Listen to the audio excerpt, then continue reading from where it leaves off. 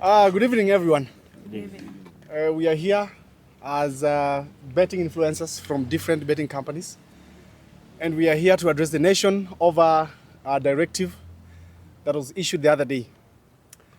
According to us, the directive is not only unfair but lacks logic. The directive by the the BCLB the other day is unfair to us because you are telling us not to influence for betting companies, where else you're still living the traditional media, that is TV and radio, right? Yeah. So, Nagazeti and print media. This to me seems like there's fire, a building has caught fire. You're calling in the fire brigade team to come and put out the fire. But part of the team, like a quarter part of the team, are the only ones that have the oxygen cylinders. And then the rest, no, a quarter has CO2 and the rest work on oxygen. I don't think we will put out the fire if we have more people with oxygen trying to put out a fire at a building that just a few work on a CO2. So to us, this is not about regulating and helping the youth. If it was about the thinking about the youth and the betting prevalence, I think we would have not targeted a segment only. So this comes out as hypocrisy rather than regulation. So we are ready for any conversations about regulation, but we will not take hypocrisy. First of all, I have to say you cannot, make an egg without, you cannot make an omelette without breaking several eggs.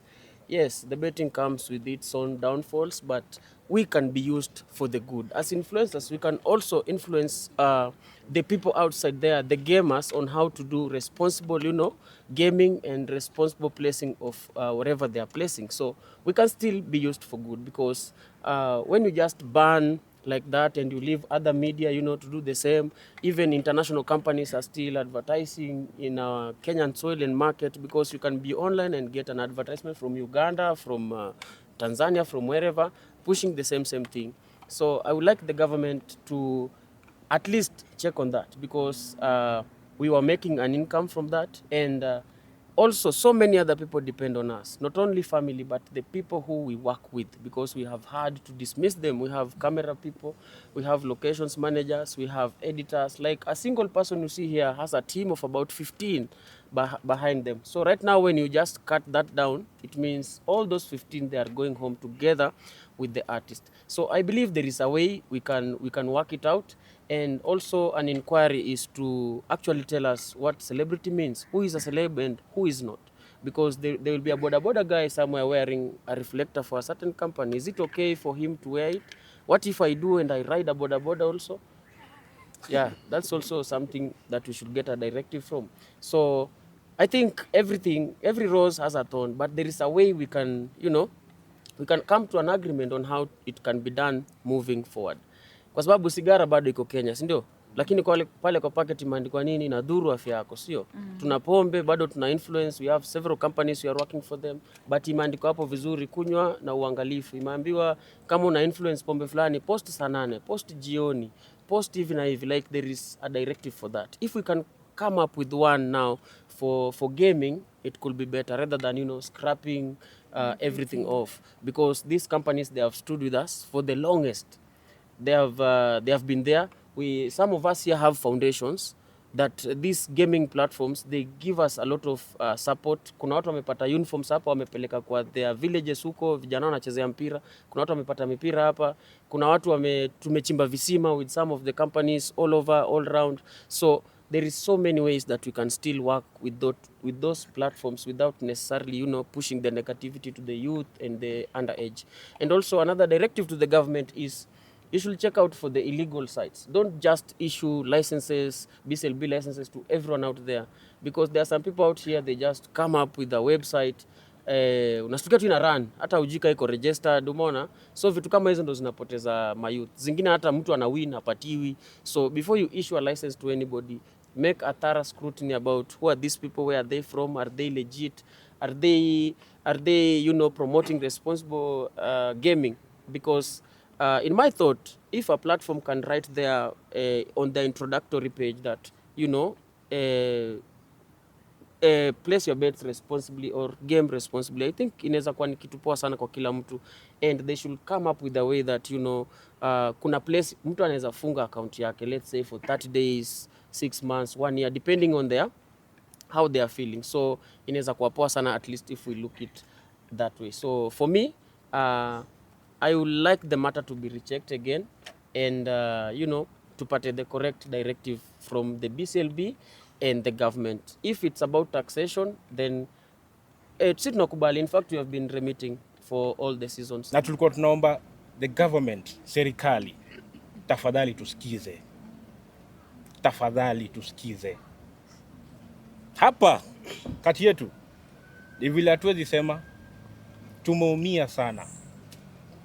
Na very soon hii Nairobi hatuoni tukikaa.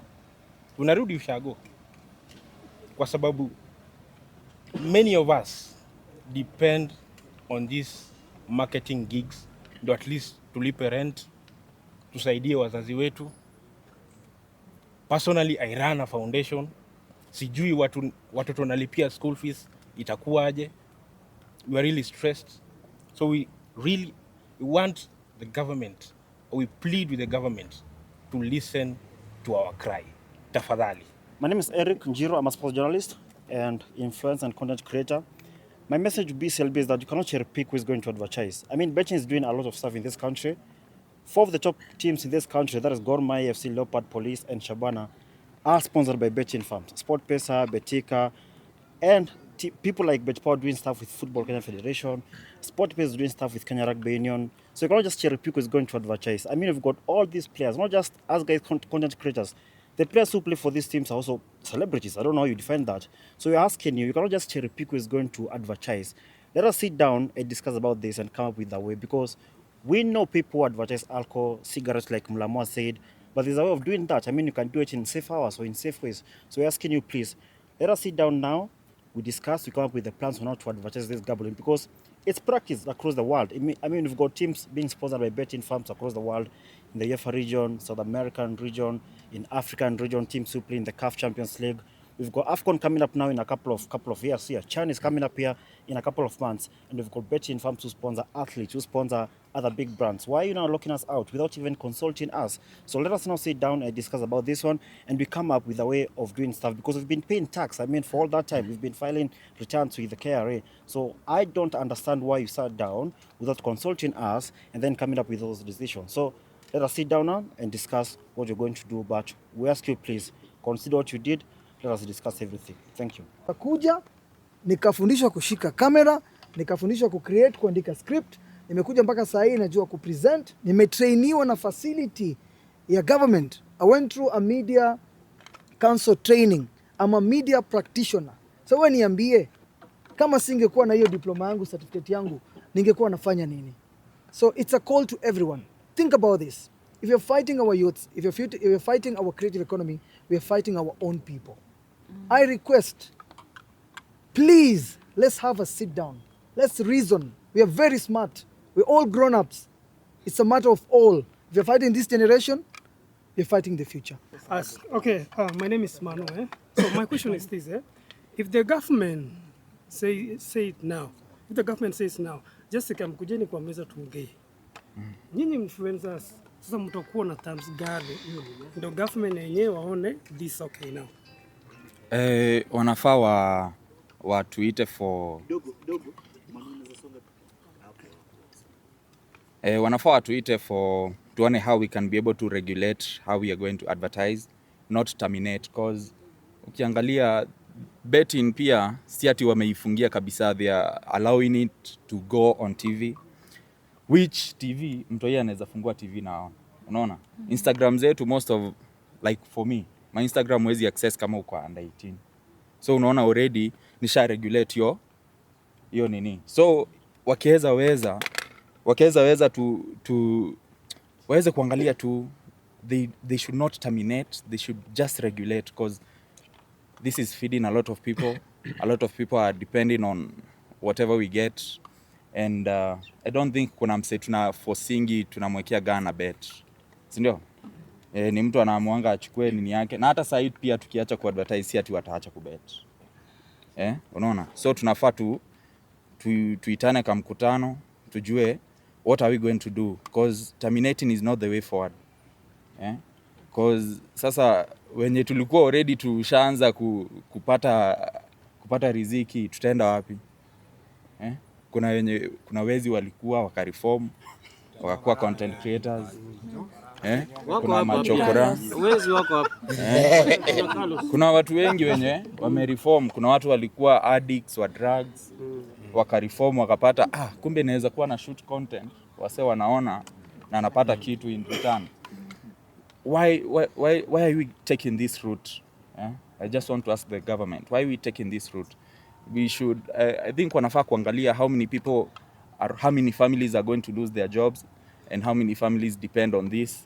Unaweza kuwa unaniona hapa, lakini wakinilipa kuna watu wengine pia naenda nalipa. Unaona? So your industry ni big sana. Ini affect me peke yangu. Tumetoka hapo tunalia vibaya sana na watu wangu.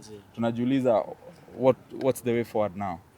And looking at the statement that you've just read right now, umesema you've given the government 48 hours maybe to react on that. What if they won't react on it? Kama hawata respond, what are you going to do? What's the way forward? I think we'll be putting the cart before the horse. It will be important that we give them the 48 hours. Let's get to hear what they have to say, because this is we are coming politely at the moment. We are being very objective, we are being pragmatic about this, and we are hoping that this government is going to listen to everyone. But until those 48 hours end, we'll be putting the cart before the horse. How people think. And inaweza kuwa labda sio mimi nimeaffectika sana, lakini kuna influencer mwenye alikuwa ameanza jana, ampata deal, ndo yani hata ameanza yani ndo deal yake ya kwanza, you know, and then right now they consider themselves jobless. And then it is something that sisi wote pia tuliamkia. Kuna watu wengine tulikuwa tushapangia hiyo mshahara ya this month, you know. So wameturudisha, like it's a step back and wameturudisha. And if they're coming up with these ways za ku stop all that, they should compensate it na other ideas za kufanya content creators wasikuwe unemployed ama nini, because it's a source of employment for all of us. And we know that. So I think we should consider it that sini youth kuna like unemployment iko sana, and this is one of the ways we make content, we attract brands, they come, they want to work with us, they pay us.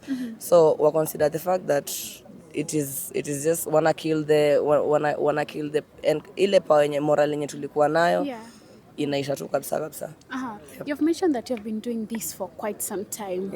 At any point did you see this coming?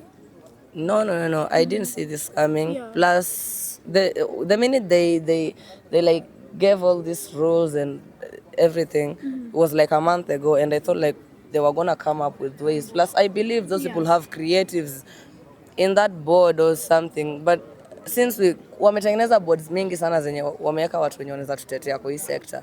So me I believe that wase ndio sauti yetu, you know, the people who are chosen na wako frontline pale, hao ndo wanafaa kuwa wanatuongelelea sahi. So mi sikuwa nimeiona ati itakuwa this bad, but I still hope that watu wenye walichaguliwa pale, they're gonna do something, and us are gonna be here to back them up. What do you think could have been done better instead of just banning influencers? No specific idea, literally, because ikitu tumeipata sisi wote juzi. But one thing for sure that I know is hakuna venye mtatuambia tu wakulima msilime alafu msitupe alternative, you know. I think it's just some type of frustration yenye wanataka. I don't know what point they're trying to prove, but again, the people who are there, we can have like a whole meeting, let's discuss tunaweza how can we go about this, because wamefanya hiki kitu without even involving us, haujakuwa involved, hatujatoa hata maoni yetu tusike tuambiwe how we can go about this. Tumeambiwa tu you guys, all of you are fired, literally. So it's not really fair, and I think they should just go back to the boardroom and discuss this again.